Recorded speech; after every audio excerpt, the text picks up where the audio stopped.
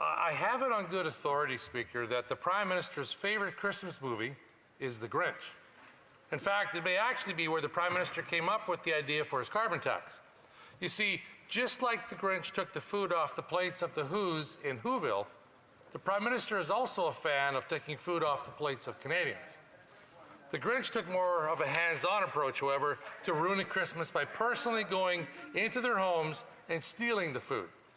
Now, that may have seemed like too much real work for our ivory tower PM. He simply used the CRA to collect his carbon tax, but the effect is still the same. He has removed the presents out from under the Christmas trees of Canadians and left the pantries of these Canadian families empty.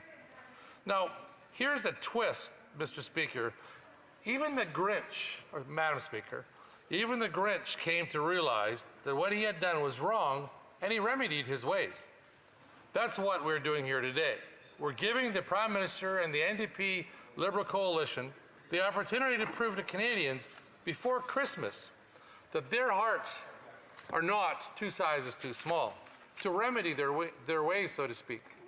You see, Mr. Speaker, we all know that the next election will be a carbon tax election.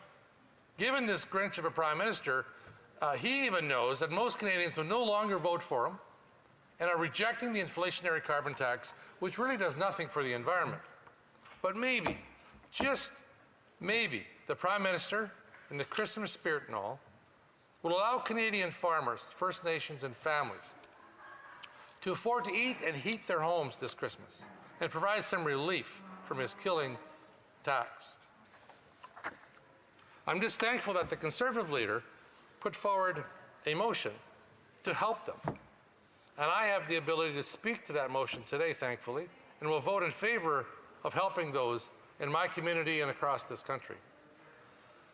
Madam Speaker, how could the Liberal NDP coalition government and this Prime Minister ever vote against farmers, First Nations and families from growing our food and heating their homes and eating?